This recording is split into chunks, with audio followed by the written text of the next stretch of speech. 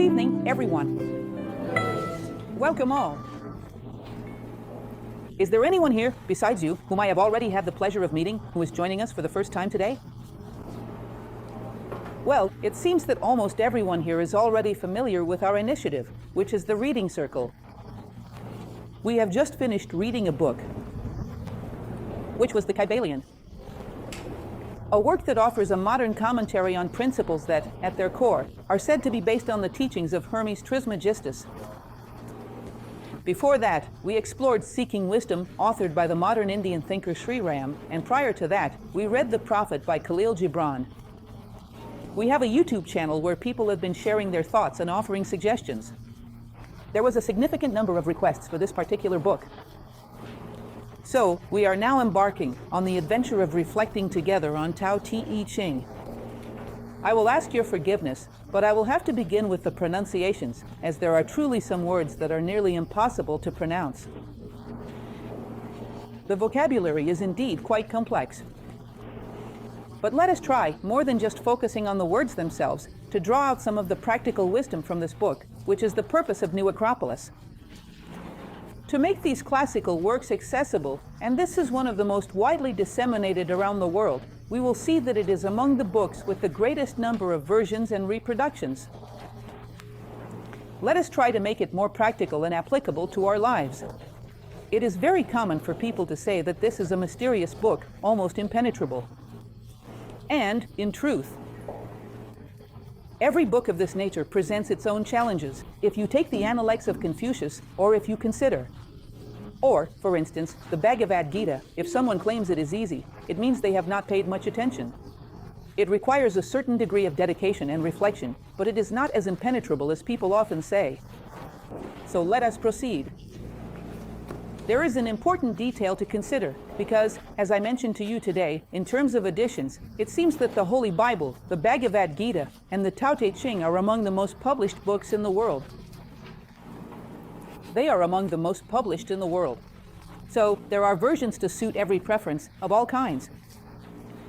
And sometimes, there are very significant differences between them. If you have ever written a poem and, when someone went to recite it, they changed a word, you probably felt upset.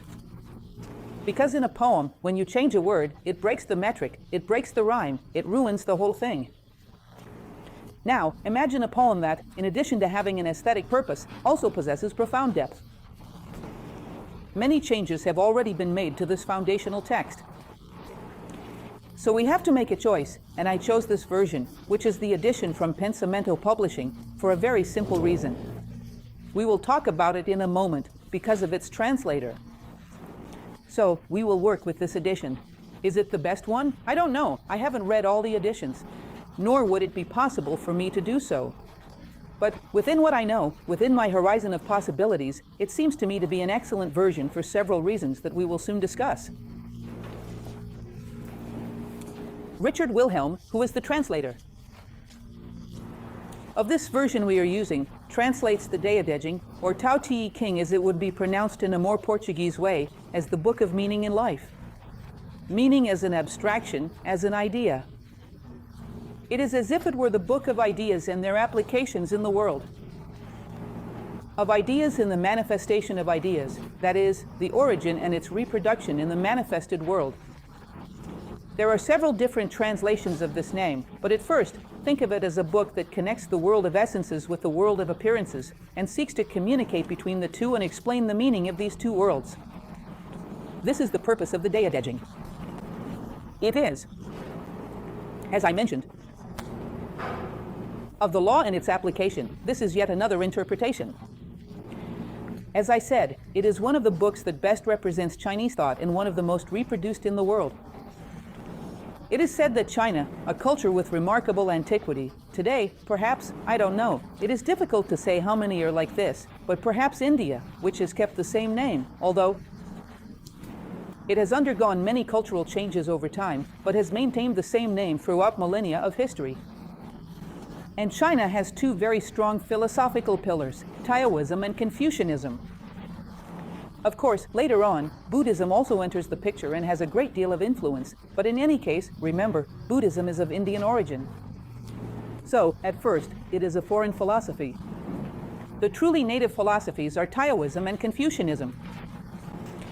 And they had an influence that shaped history, enduring across millennia. Confucianism itself was the philosophy of the Chinese state, in every period when it was unified, and even when it was not. So, it holds fundamental importance, not only for China, but for humanity as a whole. I mentioned to you these 3 publications, which are among the most translated and published books in the world.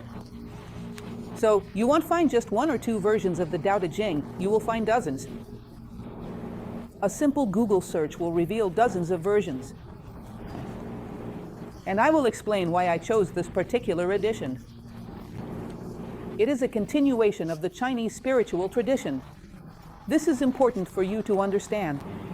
In other words, Lao Tzu's Taoism is not original in the sense of being the first time these ideas were expressed.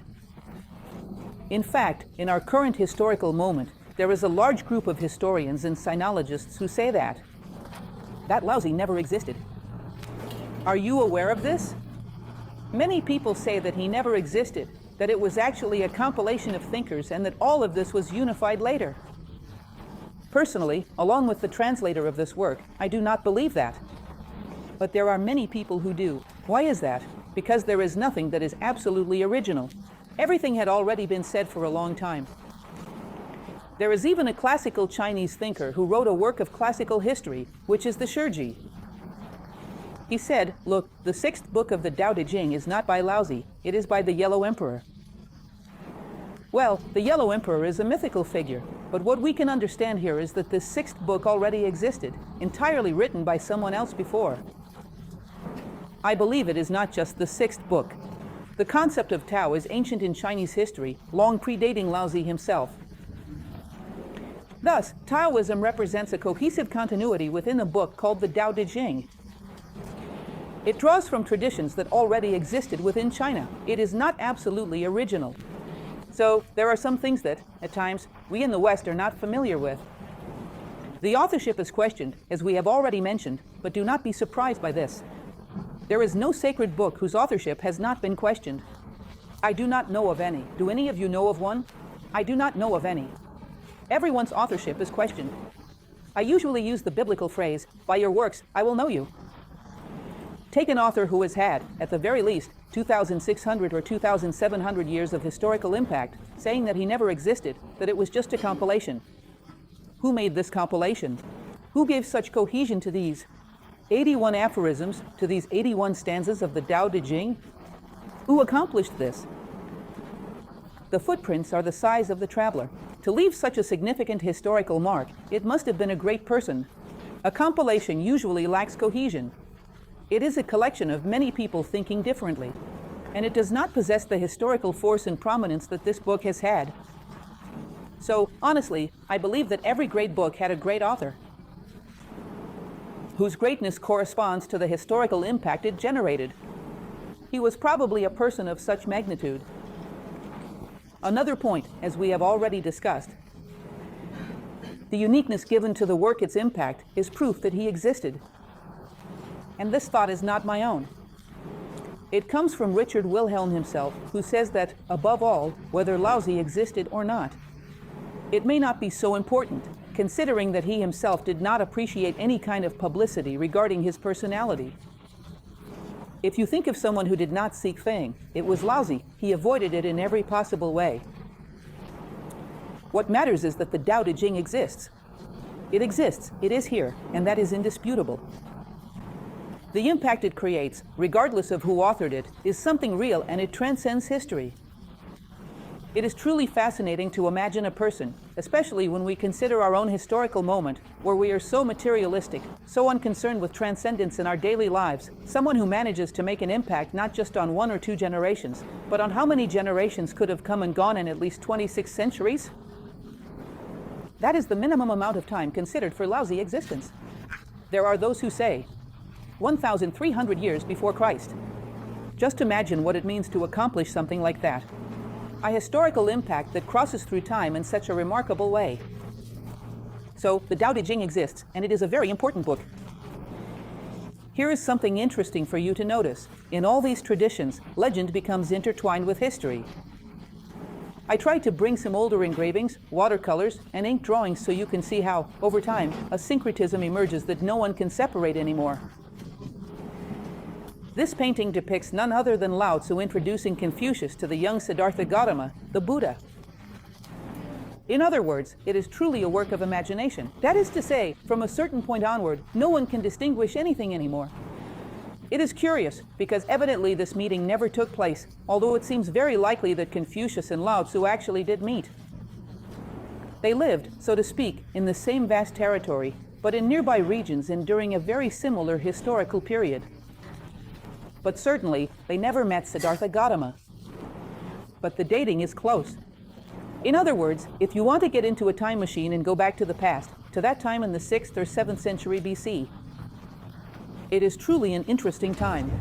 If you went to Greece, you would see the early Socratic beginning to emerge. According to some traditions, if you passed through Persia, the Zoroastrians would also be present there, although the dating for that is also quite uncertain. And there are even those who claim that the Zoroastrians did not exist either. Thank you. So, Lao Tzu and Confucius were in the territory that we now call China. Continuing on. The biography I have brought for you is a summary. First of all, because the biography of Lao Tzu is one of the most controversial topics in the world. No one agrees on anything. Secondly, because many people say that he both did and did not exist. And thirdly, because this is not the main focus of our study in this reading group. So, I have brought you a few summarized facts about which there is some degree of consensus. History, in this regard, sinologists are quite controversial. So, it seems that he was born in the province of Honan, somewhere between 1300 and 600. Here lies the debate between the Taoist canon and historical sources. Do you know what that means? Taoist religion is not directly related to Lao Tzu. Did you know that? No. Although he is considered a god within the religious Taoist tradition, he was probably made into a deity later on, at a much later stage. In fact, given the modesty that characterized him, I believe he never intended to go down in history as a god.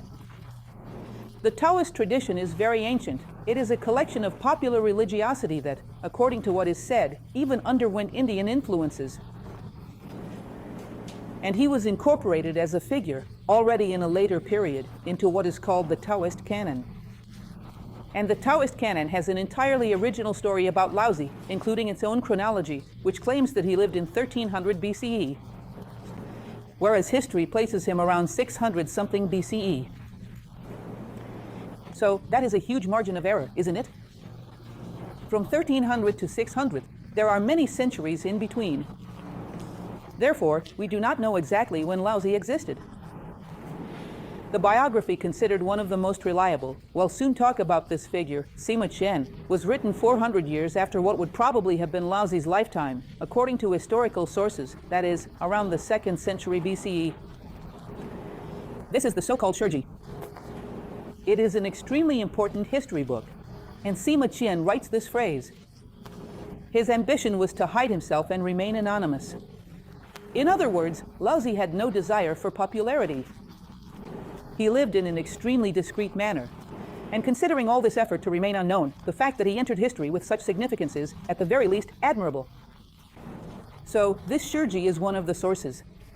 The so-called Book of Tradition is one of the sources, one among many. These sources speak about Lao Tzu, and this is one of the latest, sorry, not one of the latest, but one of the oldest. However, there are several sources, including Confucian ones. A kind of debate arose, France, between Confucianism and Taoism, especially among their disciples, based on a worldview that, when not well understood, also began to be seen as contradictory. In reality, it is not. So, there are books. Confucian texts that discuss the emergence of Taoism and the master, the old master, the so-called great sage of Taoism. Names are also a subject of debate, because all the names are symbolic. So it is said of Lao Tzu that he would be the old master, the old child. What is certain is that he is old. Now, old does not mean to be taken literally, but rather because the tradition he represented was very ancient. But you know that when something sometimes becomes a religious faith, it tends to take myths literally. So we will see within the Taoist annals. Lao Tzu is depicted as being born an elder. In fact, I brought you an illustration showing this. According to the mythical version of the story, he would have been born an elder. But to say that he was an old master or an old child means that he embodied a renewal of a very ancient tradition.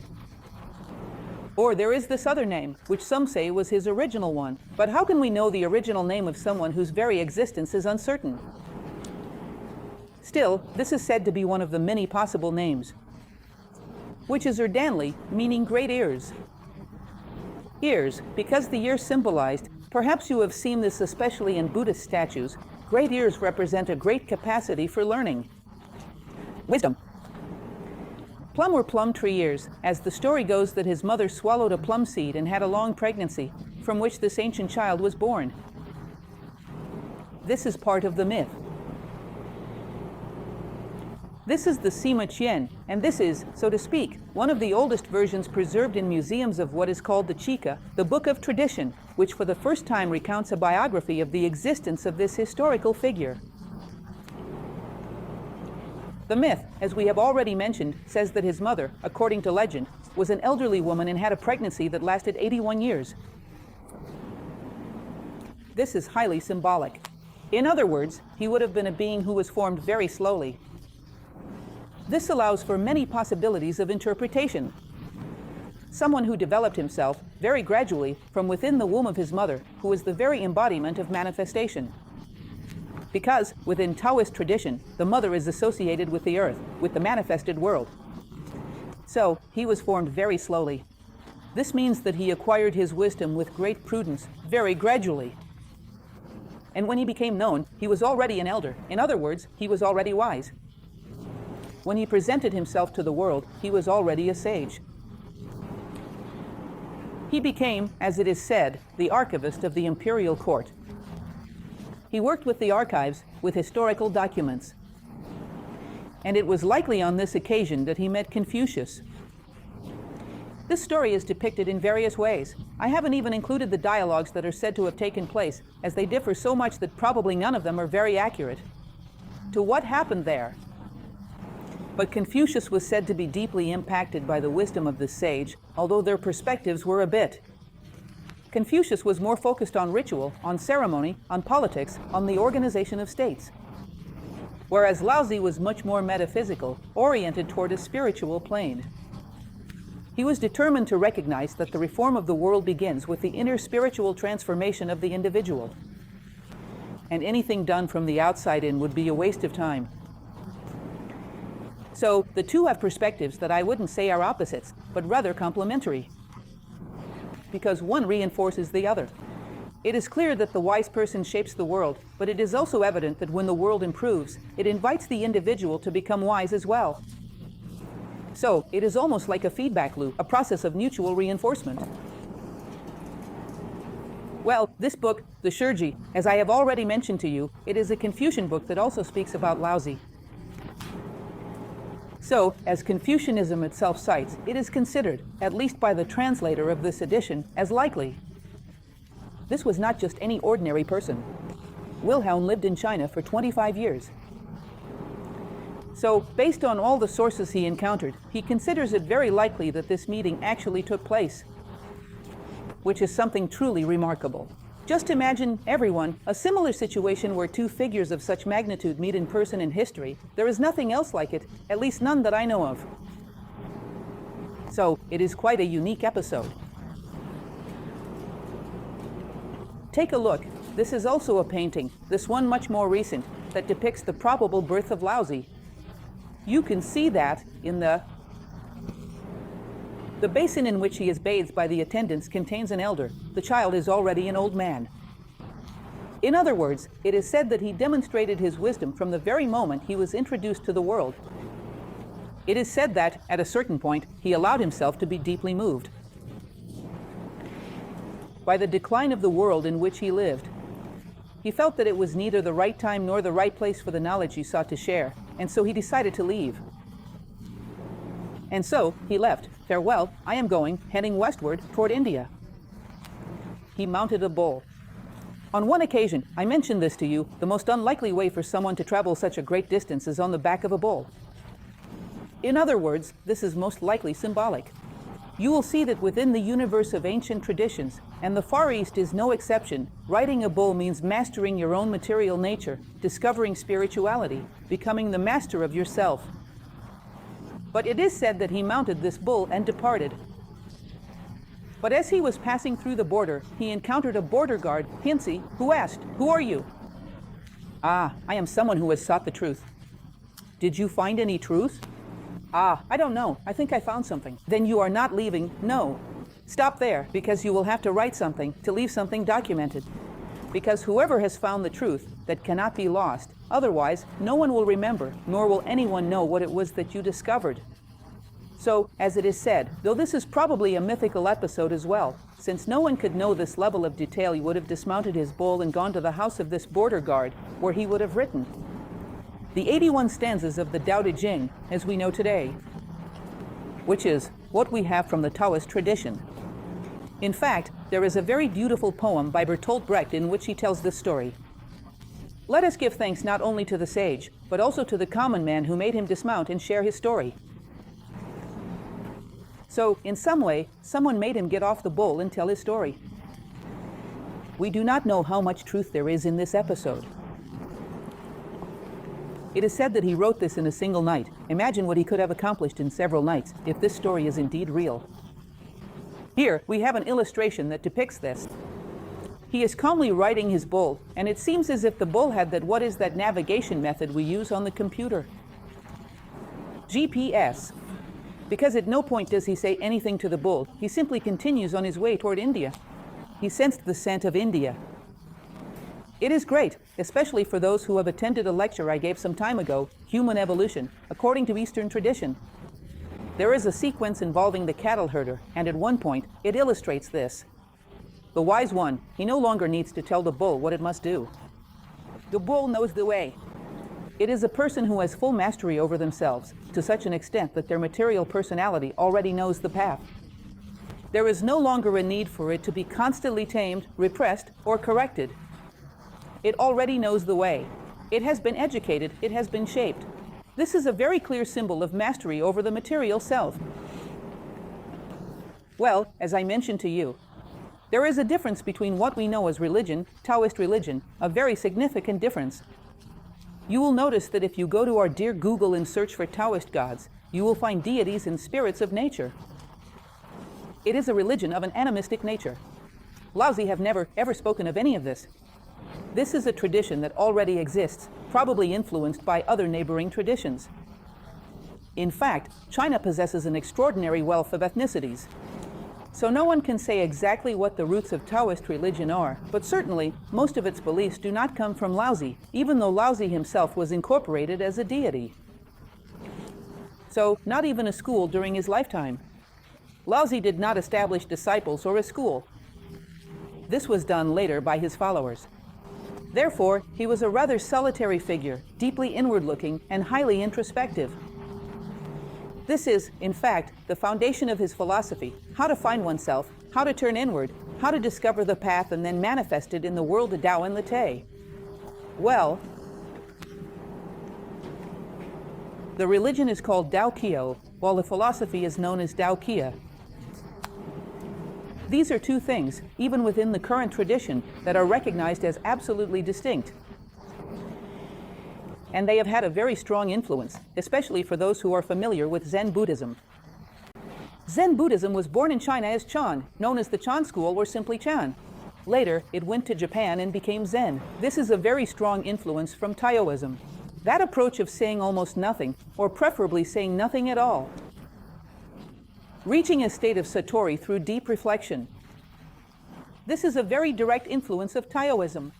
Buddhism has this flexibility to take on the color of its surroundings, of the places through which it passes. So Buddhism, for example, Tibetan Buddhism or Lamaism is absolutely different from any other form of Buddhism. The same happens with Buddhism as it passes through China. It blends deeply with the local traditions, and when it arrives in Japan, it is further influenced by Shintoism. This influence reinforces these characteristics. In short, Taoism is very present within this Zen tradition. A very strong influence. Take a look. This is Lao Tzu, the deity of the Taoist religion. This is his representation as a divine being within a theological framework, which is called the Taoist religion. This is not the same as Taoist philosophy, or at least not directly. Of course, it is influenced by it. But philosophy is a reflection that is carried out apart from theological considerations. Countless interpretations, everyone, countless. Don't be modest, it really is countless. Everyone interpreted the Tao Te Ching in the way they needed to. This is something dangerous because necessity comes before interpretation.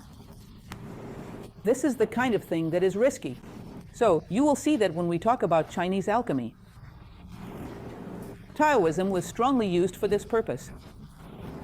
In the search for the elixir of long life, it was believed that manipulations could be performed. Alchemy is a phenomenon that is not limited to China, but in China it finds one of its oldest roots. A physical interpretation of the Tao Te Ching is the manipulation of elements to obtain an elixir that would grant eternal youth, or even eternal life.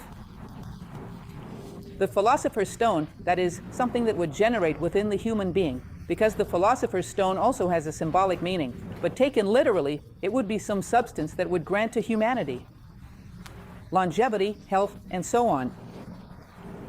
Many magical manipulations were carried out with Taoism, in such a way that it even led, in the West, before a deeper understanding of the tradition, to a somewhat negative impression of Taoism, seeing it as a kind of magic. Or, many times, it was used for political purposes, for which it is not particularly suited. Confucianism is more oriented toward that, or toward military purposes. I was curious enough to look it up on the internet. Everyone. It is curious. There are Taoist cookbooks, there are Taoist books on agriculture,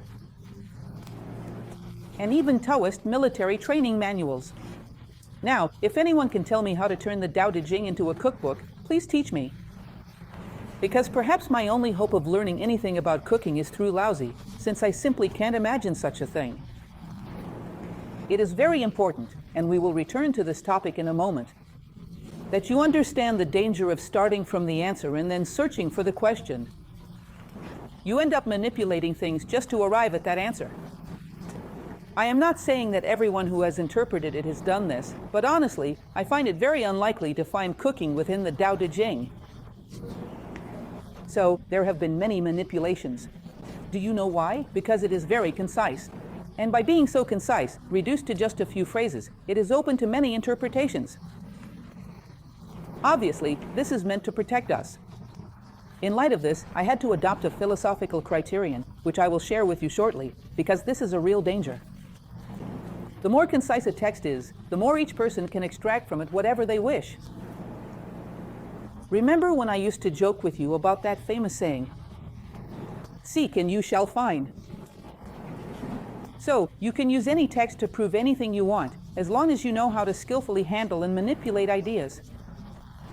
That is why it is necessary not to provide ready-made answers before asking the question, which is something complex. Here, we see a scene of manipulating chemical elements in an attempt to obtain the elixir of long life. There are even those who say, and some sources claim, well, Lao Tzu was an alchemist. An alchemist? Well, perhaps in a metaphysical sense, in the sense of seeking to discover the gold of wisdom. But the idea that Lao Tzu manipulated elements to obtain the elixir of long life, I find unlikely. He was far too metaphysical for that. It was not quite that association. So, this is the translation I have brought for you. Richard Wilhelm, a German. He made this translation into German, then it was translated into English, and much later into Portuguese. You might ask, why not use a version that comes directly from Chinese to Portuguese? Today, such translations do exist. Because what this individual conveys is very special, as he himself was a very special person. So, he is able to incorporate certain elements that convey the mindset.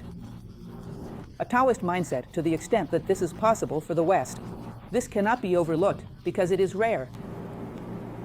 For those who know or have heard something about him, this individual, who was born in 1873 and died in 1930 in Stuttgart, a German, lived for 25 years in China and, among other interesting aspects of his life, was a close friend of Carl Jung. And Carl Jung says he was one of the most important influences on my intellectual life. He went there as a missionary, as a theologian, and fell in love with philosophy. So he accomplished nothing less than what is widely recognized. He produced the best translation of the I Ching that exists, as well as the translation of The Secret of the Golden Flower and the translation of the Tao Te King. In other words, he was not playing around. He translated everything of greatest importance that was within his reach. He translated it all into German, and his work is the foundation for many translations that exist today. So, Wilhelm, sinologist, theologian. And he was a close friend of Carl Jung. And so I picked up, for those who are curious, this book, which is a wonderful book, The Secret of the Golden Flower, also originating from ancient Chinese traditions and also translated by Wilhelm. This book, in its introduction, contains the obituary of Richard Wilhelm, written by Jung. He speaks at his wake, at his funeral. Wilhelm lived much less than Jung. He died in 1930, while Jung lived on into the 1960s. And when his friend passed away, Jung was invited to give a speech in Stuttgart at his friend's funeral. There, he shared words that are both very beautiful and deeply meaningful. Truly, when you consider Wilhelm's approach, you realize that what Jung said was indeed a fact. So, I have brought a bit of that for you.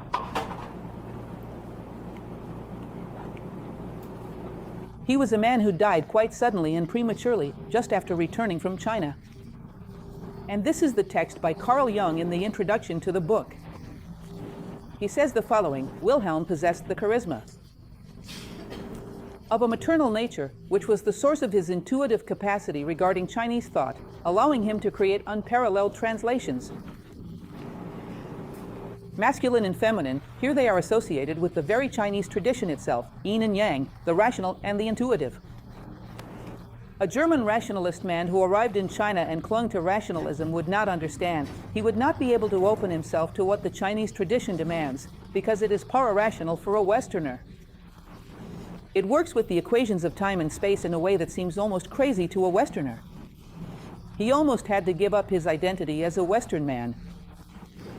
It was an enormous sacrifice that this sinologist made. Jung says, look, this must have even affected his physical health, because it is almost like denying your maternal identity in order to become a translator of a completely different culture. He says, look, it was one of the most powerful influences in my professional life. It is incredible how he managed to express this, to decode the richness of the Chinese universe for the Western world.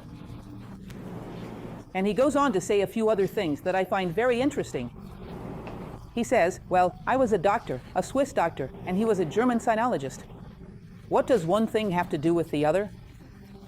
We did not come together for intellectual or academic reasons. We were united by our love for the human condition and its mysteries.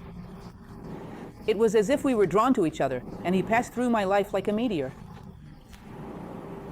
This passage is from Wilhelm's funeral, and Jung says, we met in the human sphere, which begins beyond academic boundaries. From there, the spark was ignited, which would become one of the most significant events of my life. And it says, I would never have the understanding of the Chinese universe that he had. He brought that to me. He provided the raw material upon which I worked from then on. It was a decisive influence in my life. This is one of the things that are interesting. I usually do not recommend that you read prefaces before reading the main work. And even in this case, I do not recommend it, because you end up with a perspective conditioned by the author. But after reading the Tao Te Ching itself, read Wilhelm's preface. Do not skip it, because it is fantastic. What he does is so free from bias, so profound, that it simply cannot be missed. It is very important for you to notice this.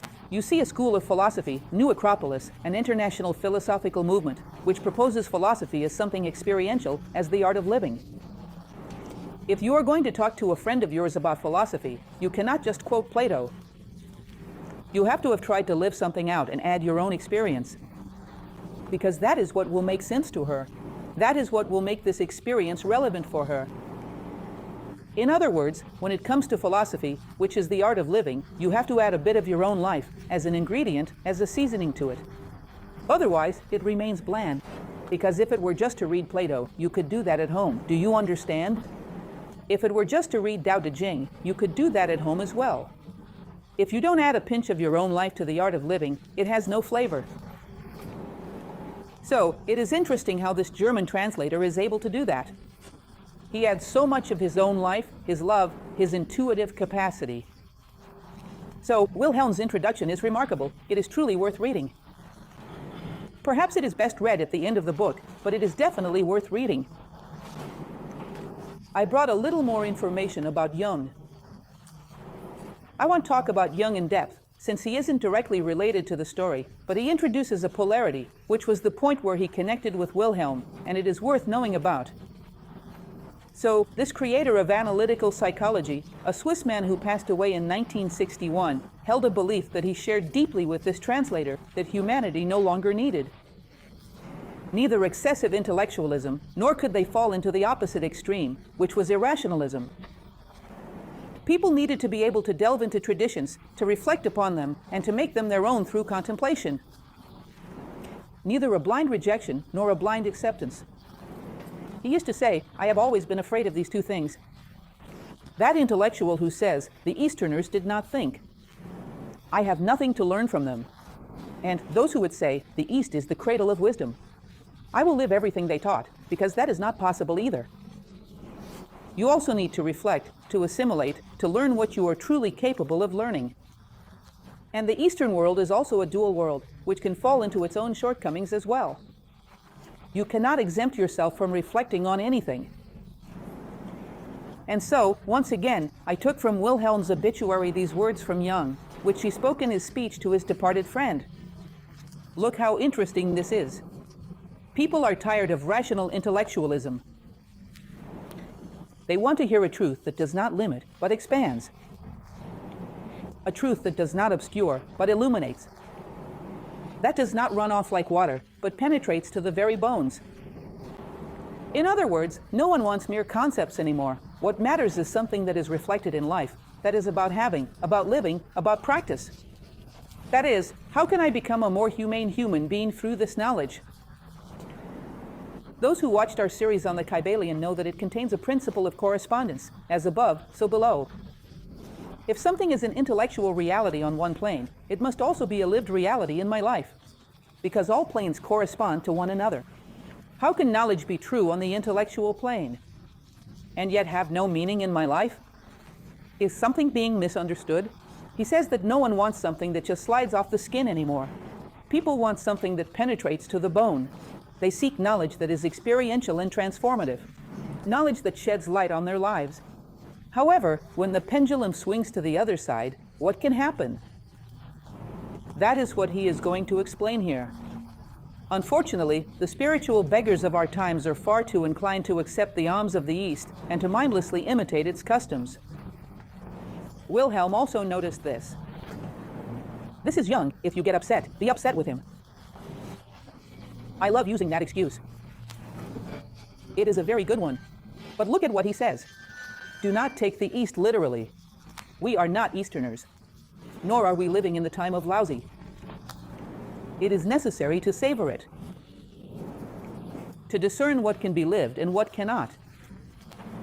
We must filter what was appropriate for an Eastern man 6 or 7 centuries before Christ. Today, it must undergo some adaptations.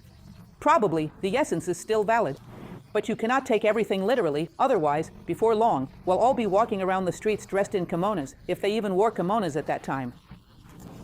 In other words, you realize that Orientalism, when lacking discernment, can become a fad. Almost like a fantasy. We are not Eastern men from the 6th century before Christ, nor the 7th, nor the 13th. So, it is necessary to be able to reflect and delve deeply into this tradition and extract its essence. He says, look, Wilhelm noticed this. Orientalism was turning into fanaticism. If it was already happening back then, what can we say about today? Incredibly, every time I pick up a book that tells me about what was happening a century ago, the Kybalion is from 1908. What they said was happening then happens even more today. Worse. Now, from a technological point of view, we are much better off. So, it seems that there is something that is being perfected and something that is unevolving. It seems that humanity becomes more primitive in its capacity for discernment. Yet another extraordinary technological expertise. It seems there is a contradiction here. Things do not grow in parallel. We are living through different historical moments. It seems that certain aspects of our emotional maturity are still medieval, but our technology is from the 21st century. Isn't that curious? There are anachronisms mixed into our contemporary world. I have already spoken to you about this. Did you read or not? Did you read an introduction? Read it, but leave it to read at the end. First, read the book itself.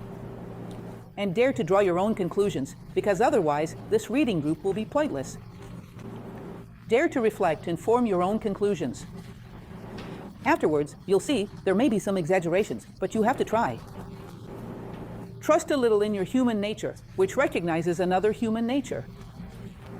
It is capable of bringing forth something like a lotus, just like that lotus which is born from the navel of Vishnu in the Indian tradition. Something within us emerges when we witness something profoundly human. You need to recognize this. If you do not trust yourself, there will be no Tao Te Ching in the world who can bring us anything. You need to begin to identify this human nature within yourself. And when faced with great works, it is a magnificent moment for this to happen. Well, some premises. We have our page on YouTube, as I have already mentioned to you, and many people have suggested reading the Tao Te Ching. And then a certain person, which I found interesting, said, "Wow, you are so brave." I thought, why is it that I am considered brave for undertaking a reading like this? Because courage cannot be recklessness. It must be based on certain premises, because I am not sure if I will be able to carry them out to the letter, but I will try. These premises are fundamental for reading a book like this. First and foremost, the Socratic premise, I know that I know nothing. In other words, I cannot begin, and I will try to do this, and if I do not succeed, please correct me, I cannot begin from any ideological premise. For example, thinking that Lao Tzu was a certain way, and then I will read, with the intention of confirming that, because we end up manipulating the text. We must approach the Tao Te Ching knowing that we know nothing. I hope that I arrive somewhere meaningful. Let me see what it has to offer me. But with absolutely empty hands. If you approach it with preconceived notions, you will distort your reading to fit your own desires. And human beings are experts at doing this. I want it to prove a certain point to me. It will prove it, because you will find a way to make it prove your point. So, when you approach a reading like this, you must not expect to find a ready-made recipe for your cookbook, or a way to manipulate the earth, or whatever it may be, none of that. You approach it wanting to discover what it has to offer you. Do not start from ideology if you truly wish to understand. Plato used to say, the greatest obstacle for those who seek knowledge is believing they already know. You will end up manipulating things. So, what will we find in the Tao Te Ching? I don't know. Let's find out. Let's try not to start from any preconceived notions, so that we don't make major missteps along the way as we read. Knowledge is only as vast as the person seeking it. This is another very important point. We should not force ourselves beyond what is within our reach, nor should we consider any questions as definitively settled.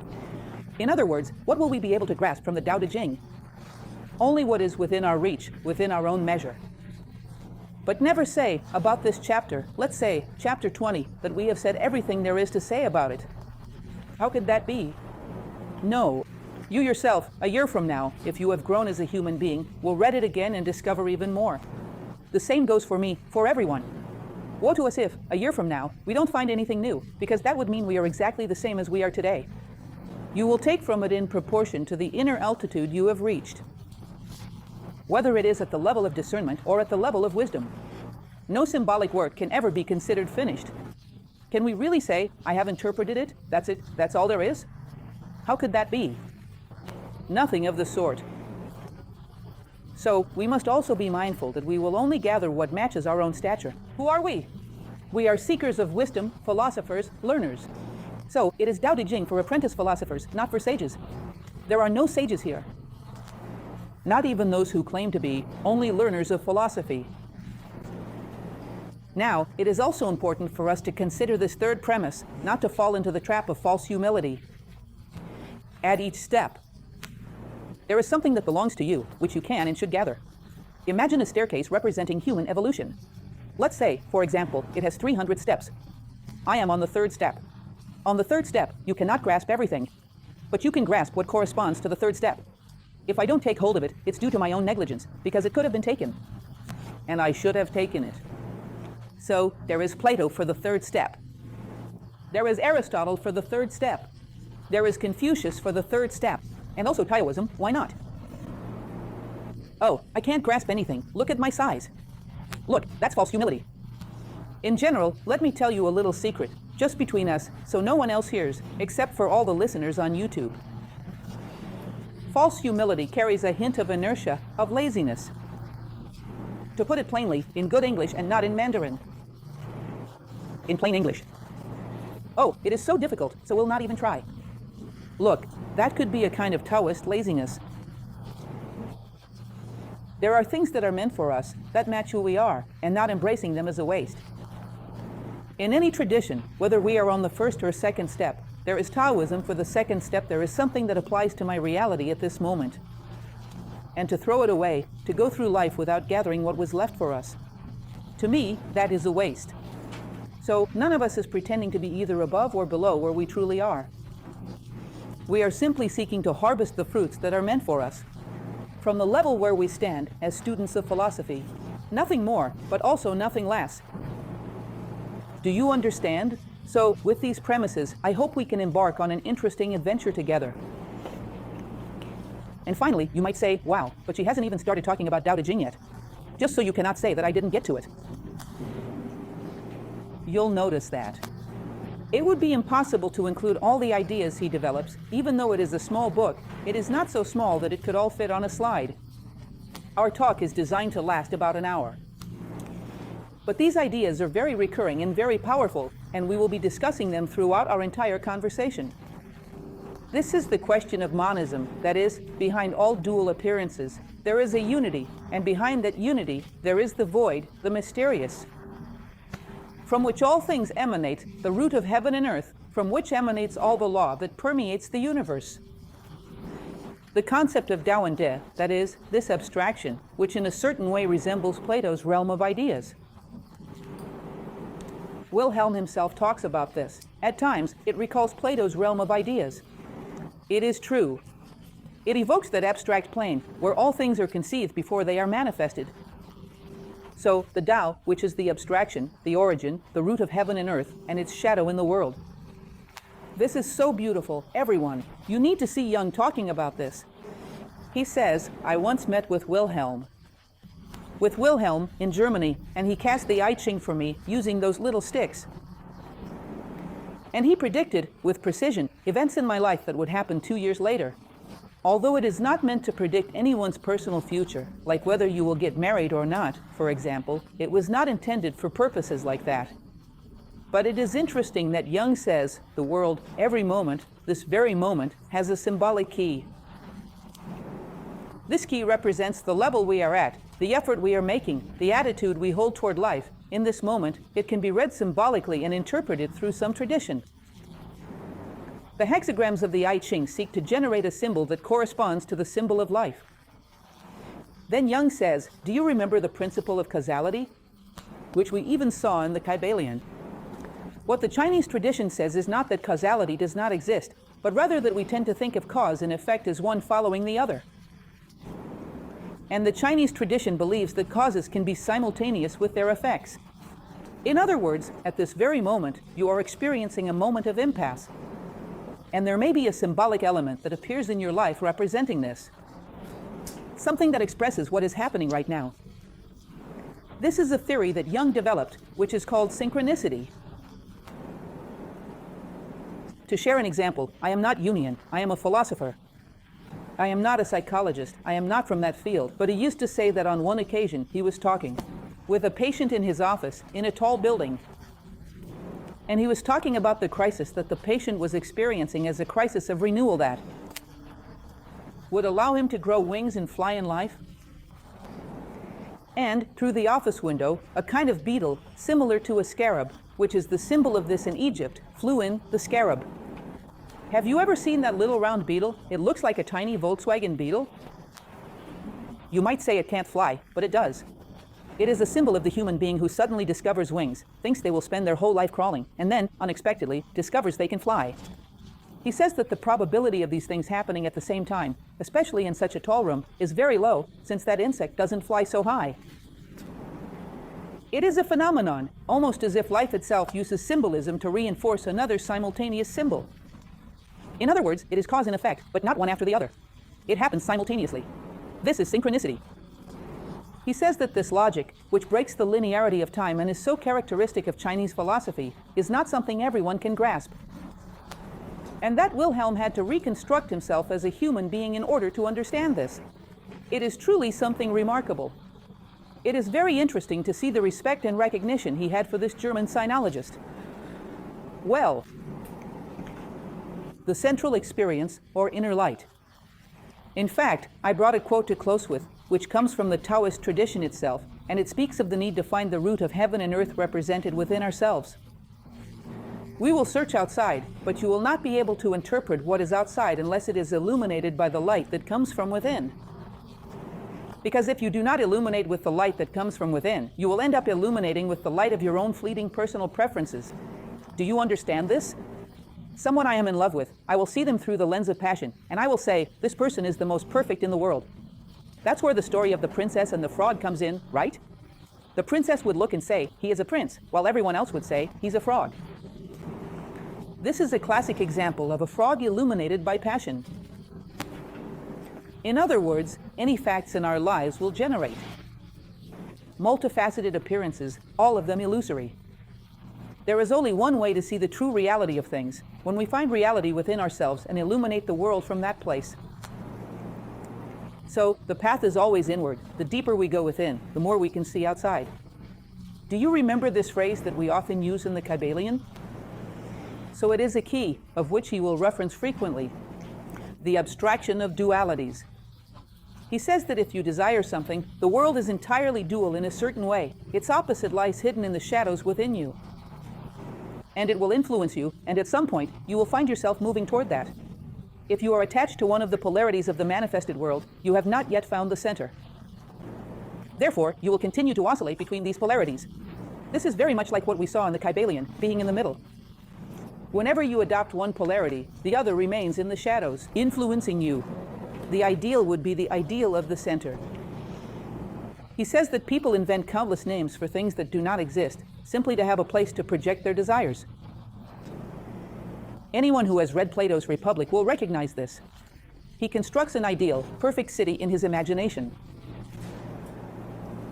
Then a young man participating in the dialogue says, "But this seems like a city of pigs. There's nothing here. What a meager city."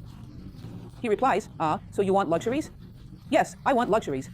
"All right, I will begin to create luxuries. But I will also begin to create the vices of men." From the moment you begin to create artificial things and give them names, people start to desire them, never truly attain them, and become trapped in that cycle. And they never leave it. They no longer recognize what is natural and what is truly necessary. So, the names are very intriguing and lousy.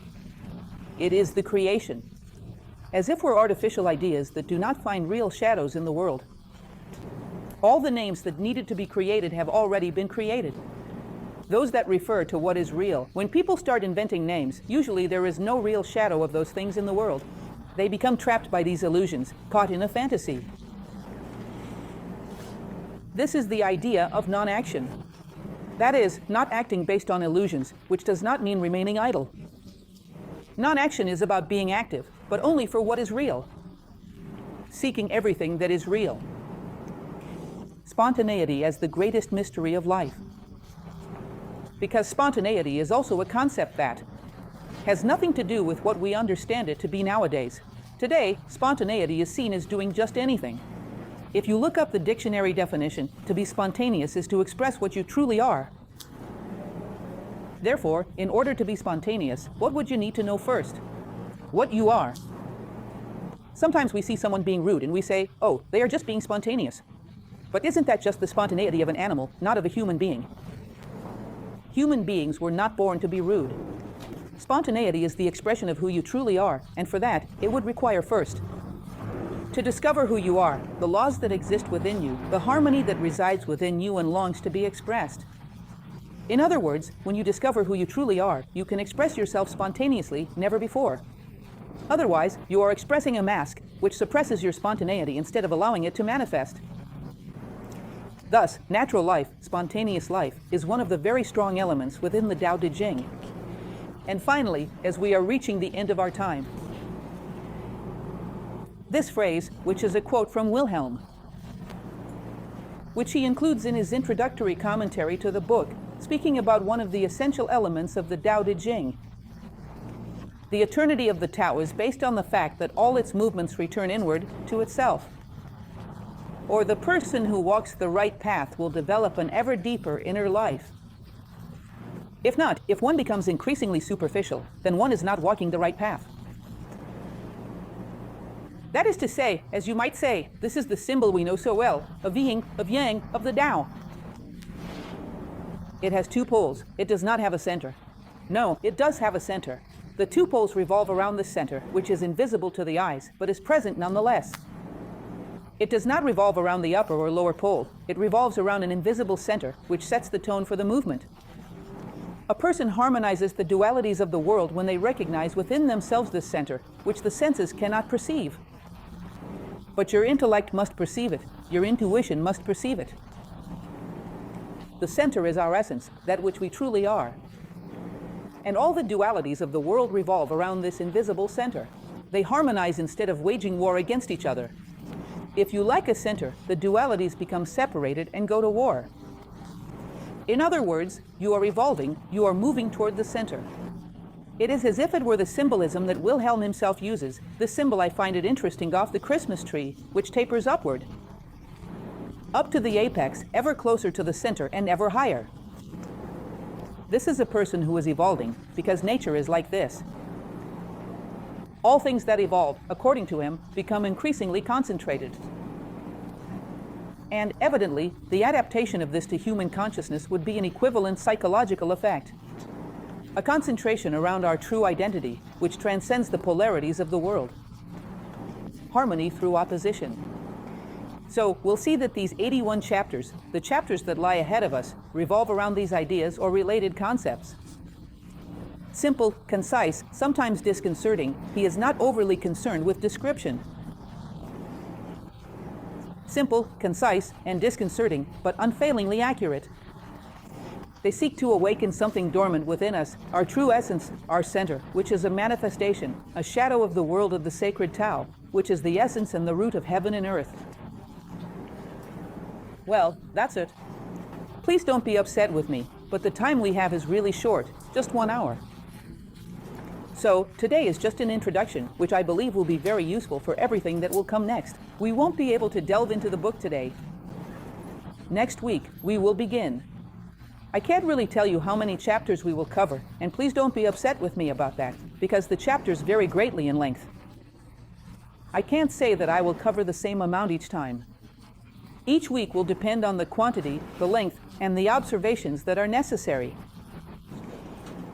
But since it is a short book, I believe we should have, I think, about 10 sessions. No one should be too intimidated by that, because we had 15 sessions for the Kybalion, 26 for the Prophet, and we all made it through. So, I invite you to embark on this journey with us, to continue it starting next week, and to invite others to join us to get to know this work. Next week we will be